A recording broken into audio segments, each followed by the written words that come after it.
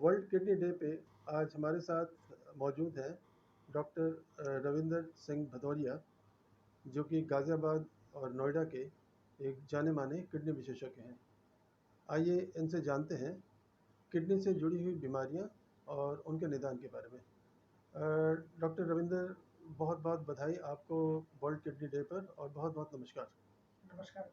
नमस्कार। मैं as a layman ये जानना चाहूँगा कि किडनी, जो कि हमारे शरीर का एक महत्वपूर्ण अंग है, इससे जुड़ी हुई जो समस्याएं हैं, एज ए डॉक्टर आपने क्या देखा, क्या पाया, और इनके निदान के क्या क्या उपाय हैं? जितने पेशेंट हमारे पास आजकल ओपीडी में आते हैं किडनी प्रॉब्लम से, जी। तो मोस्टली हम ये देखते हैं कि काफ़ी लेट स्टेजेस में आते हैं, जी। जब तक किडनी 80% डैमेज हो चुकी होती है। इसके लिए हमारे पास ट्रीटमेंट के बहुत सारे ऑप्शंस नहीं होते हैं, जी। और लेटली पेशेंट को डायलिसिस पे ही निर्भर रहना पड़ता है। ये किडनी ट्रांसप्लांट का ऑप्शन अच्छा। देखना होता है। जी। तो सबसे पहला तो यही मेरा एक सजेशन है सभी को, जो भी पेशेंट डायबिटिक है, जी।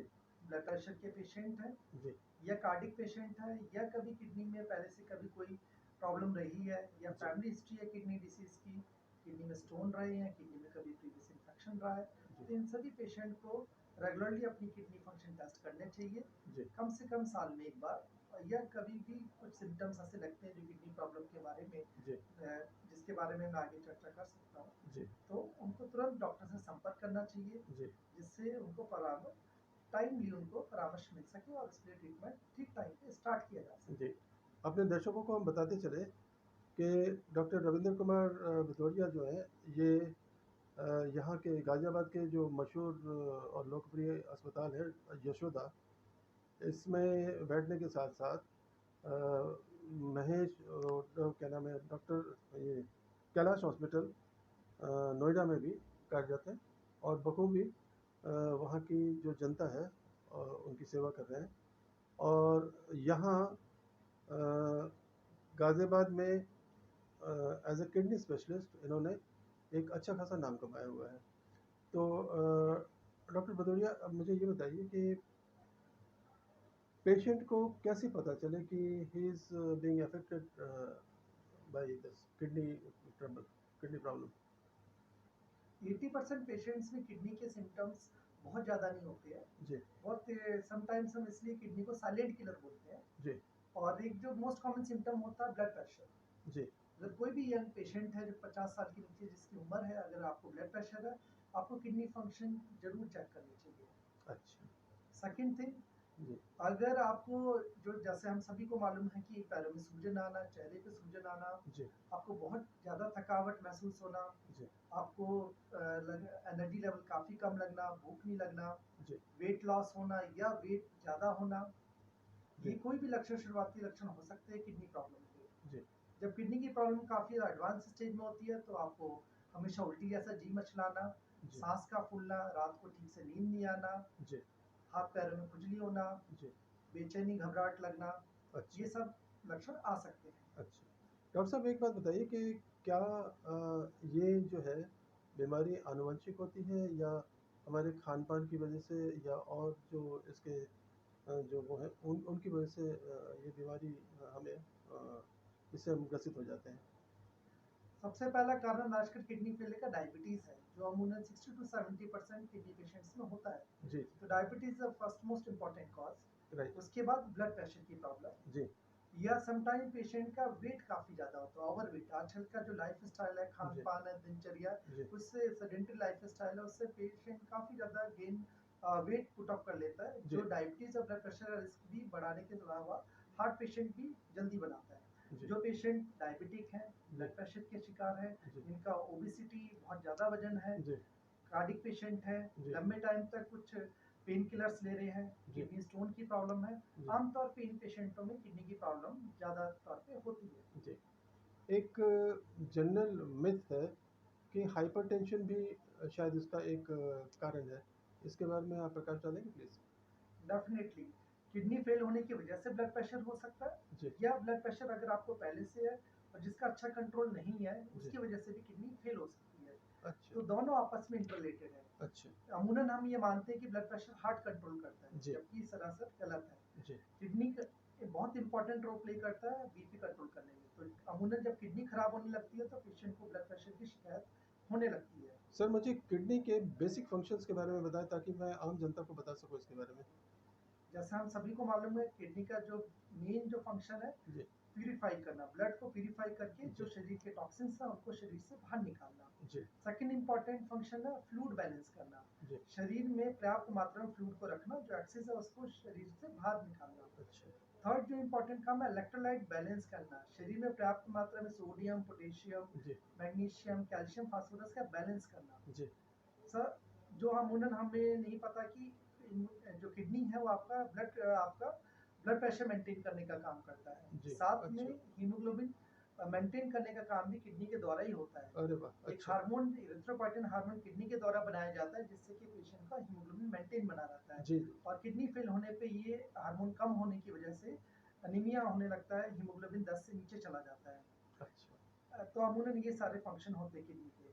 क्या देसी भाषा में हम कह सकते हैं कि साहब और क्रियाओं के अलावा किडनी जो है जैसे हम चाय पत्ती को छानते हैं, छानने की प्रक्रिया भी इससे होती है? डेफिनेटली किडनी एक फिल्टर की तरह काम करता है, जी जो भी है काम की चीज जो इम्पोर्टेंट थिंग है वो बॉडी में रिटेन करता है, और जो वेस्ट चीज है जिसकी जरूरत नहीं है शरीर में, जी नाइट्रोजन, ब्लड यूरिया, जी। क्रिएटिनिन, इसको शरीर से बाहर फेंकता है।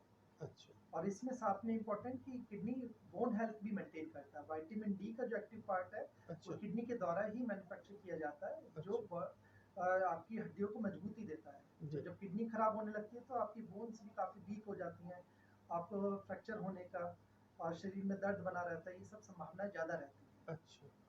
अच्छा वैसे प्राकृतिक तौर पर हम मनुष्य जो है दो किडनियों से समृद्ध होते हैं, लेकिन देखा गया है अक्सर कि भाई किसी के पास एक ही किडनी होती है जन्म से, या फिर किसी की किडनी छोटी होती है, या फिर वो हॉर्स शू किडनी होती है। तो इसके बारे में थोड़ा सा समझाएंगे डॉक्टर साहब?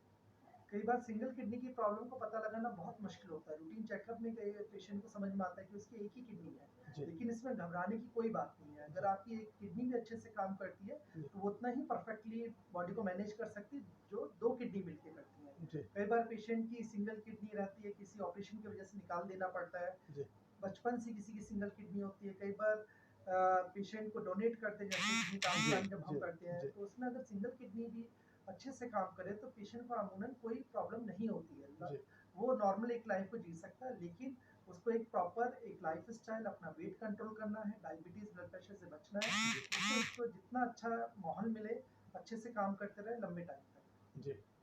और ये जो हॉर्स शू किडनी है, इसके बारे में क्या राय है आपकी? हॉर्सशू शेप किडनी की एक बनावट है जी जो माँ के पेट में जब ऑर्गन डेवलप हो रहे होते हैं तभी से वो अमूमन हो जाती है, अच्छा जिसको डायग्नोस करने के लिए हमें अल्ट्रासाउंड करने की जरूरत पड़ती है। अच्छा हॉर्सशू शेप किडनी जिनकी होती है तो अमूमन हम उसमें यूरिन में इन्फेक्शन बार बार होने की शिकायत अमूमन ज्यादा देखते हैं, अच्छा उनको किडनी में स्टोन होने की संभावना ज्यादा बनी रहती है। अच्छा। तो इन दोनों की प्रॉब्लम को हमें एड्रेस करने की बहुत जरूरी आवश्यकता होती है। जी अगर ये बार बार इन्फेक्शन होता रहे, उसमें किडनी में स्टोन बना रहे, जी तो पेशेंट की किडनी खराब होने की संभावना जी रहती है। जी। मुझे ये बताइए कि जहाँ तक खाने पीने का सवाल है, हम या लाइफस्टाइल की बात अगर करें, तो आजकल जो हम वेस्टर्न लाइफस्टाइल के तेज़ी से आदी होते जा रहे हैं, तो हमें किन किन चीज़ों को अवॉइड करना चाहिए सो दैट हम एक अच्छा हेल्थ मेंटेन कर सकें? आपको अपना एक आइडल वेट मेंटेन करना है, जी आपको फिजिकली एक्टिव रहना है, दैट्स मोर इम्पोर्टेंट। कम जी। से कम आपको आधा घंटा डेली हम्म, आपको टाइम निकालना है जब आप फिजिकली कोई एक्सरसाइज कर सके, कोई भी एक वर्कआउट कर एक्टिविटी सकें। जी जिससे आप वर्कआउट करें। जी अपने वेट को जितना कंट्रोल रखेंगे उतना अच्छा है, एक नियमित लाइफ स्टाइल को फॉलो करिए, जी 8 घंटे कम से कम सोइए, जी स्ट्रेस जितना कम रहेगा लाइफ में उतना ज़्यादा अच्छा रहेगा। जी और एक स्मोकिंग अगर आप करते हो, कोई सब्सटेंस अब्यूज है उसको बिल्कुल मत करिए। जी। पेन किलर्स लॉन्ग टाइम तक अननेसेसरी पेन किलर बिल्कुल मत लीजिए। अल्कोहलिक जो चीज़ें हैं हाँ डेफिनेटली अदर। अल्कोहल अगर आप बहुत ज़्यादा मात्रा में लेते हैं जी वो भी आपको किडनी को खराब कर सकता है। जी। और हाइड्रेशन सबसे इम्पोर्टेंट है, आपको अपना हाइड्रेशन ठीक से रखना है। तो अच्छा। अमूमन पेशेंट टाइमली पानी नहीं पीते, पर्याप्त मात्रा में पानी की ना जी पीने की कमी की वजह से उनको जी डिहाइड्रेट बने रहते हैं, किडनी में स्टोन बनते हैं, जी। उससे भी किडनी खराब होने की संभावना ज़्यादा रहती है। डॉक्टर भदौरिया, क्या एज फैक्टर भी इस पे एक फैक्टर है?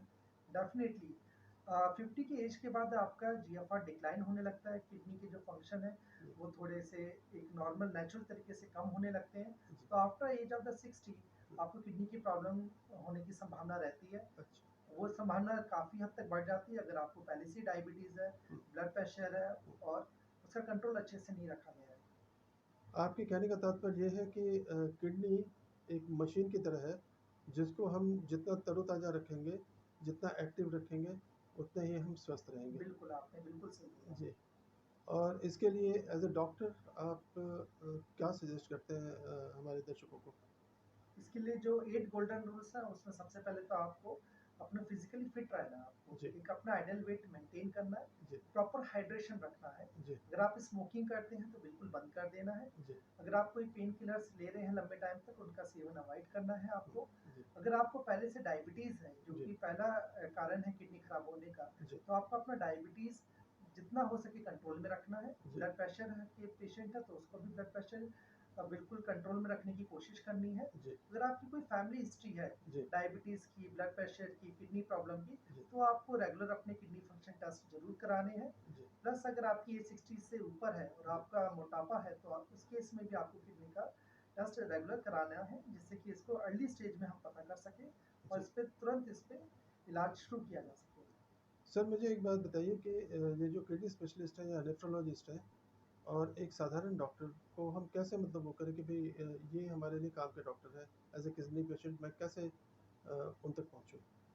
डेफ़िनेटली अगर आपको किडनी की प्रॉब्लम है उसके लिए जो नेफ्रोलॉजिस्ट है मेनली वो इस प्रॉब्लम को अच्छे से टैकल करते हैं। जी, आपका डायबिटीज़ के साथ आपका ब्लड प्रेशर जी, और किडनी की वजह से जो-जो आपको कॉम्प्लिकेशन हो सकते हैं, जी, उसको वो डील करते हैं जैसे हीमोग्लोबिन की कमी होना, जी, बीपी का बहुत ज़्यादा बढ़ना, जी, इसके साथ में आपको बोन्स की हेल्थ को मेंटेन करना, जी, ये मेडिसिन की हेल्प से काफ़ी हद तक कंट्रोल किया जा सकता है। जी, किडनी के प्रॉब्लम को और खराब होने से और बढ़ने से रोका जा सकता है, जी, जिससे कि आपको डायलिसिस की या किडनी ट्रांसप्लांट करने की संभावना को कम किया जा सके, उसको जी, अवॉइड किया जा जी। सके। ये जहाँ तक सर्जरी की या किडनी ट्रांसप्लांट करने की बात है, तो एक दहशत से भर जाता है पेशेंट का मन कि पता नहीं क्या होने वाला है। तो क्या वाक़ई ये बहुत डरावना एक्सपीरियंस होता है डॉक्टर साहब? बिल्कुल भी नहीं। आज के जब किडनी आपकी 90% से ज़्यादा डैमेज हो जाती है, तो अमूमन उस कंडीशन में आपको डायलिसिस की ज़रूरत पड़ती है। अगर आपकी एज कम है, जी, स्पेशली 65 से कम है, तो किडनी ट्रांसप्लांट करना हमेशा बेहतर उपाय होता है। जी, और आज की तारीख में जो अभी लेटेस्ट टेक्नोलॉजी या सर्जिकल टेक्नीक और जो इम्यूनोसप्रेशंस अवेलेबल है मार्केट में बहुत ही सेफ है जी, और देखा गया कि 99% तक इट इज़ वेरी सक्सेसफुल अच्छा, ट्रांसप्लांट। तो जी, ट्रांसप्लांट हमेशा बेस्ट ऑप्शन होता है जी, कॉस्ट वाइज और लॉन्ग लाइफ के लिए। जी, तो ट्रांसप्लांट ऑप्शन हमेशा आपको चूज़ करना है। ये जी। बहुत ही एक आम सर्जरी हो गई आज की तारीख में क्या इसके और कोई साइड इफ़ेक्ट भी होते हैं? नॉर्मली जो साइड इफ़ेक्ट्स होते हैं रिजेक्शन का, जो शुरू के 1 महीने में खासकर ज़्यादा रहता है जी, और इन्फेक्शंस का, जी, जो शुरू के 3 टू 6 मंथ्स में अमूमन ज़्यादा संभावना रहती है। जी, और ये अगर ये जिसकी संभावना को काफ़ी हद तक कम कर दिया गया आजकल, जिस हिसाब से हमारे पास आज की मेडिसिन्स उपलब्ध हैं, जी, टेक्नोलॉजी उपलब्ध है, जी। तो 99% सक्सेस रेट है किडनी ट्रांसप्लांट का। जहाँ पे भी आपको लगता है कि आपकी डायलिसिस की शुरुआत हो चुकी है, तो किडनी ट्रांसप्लांट के लिए हमेशा सोचना है, वही बेस्ट ऑप्शन है। क्या महिलाओं को अवॉइड करना चाहिए किडनी के ऑपरेशन से या ट्रांसप्लांट कराने से? बिल्कुल भी नहीं।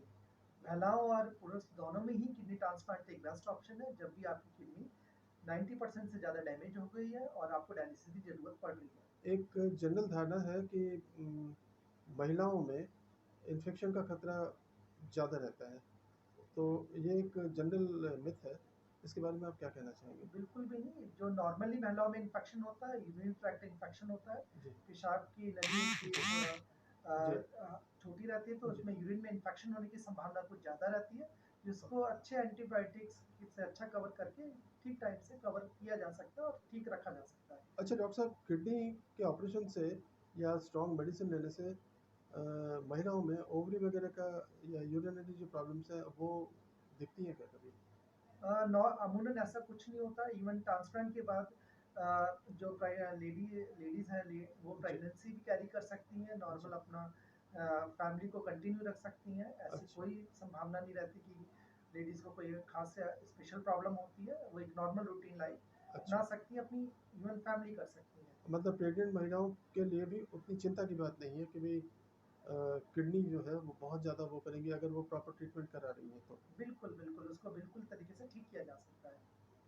डॉक्टर साहब आपने बहुत सारी बेशकीमती जो चीज़ें हैं वो साझा की हमसे।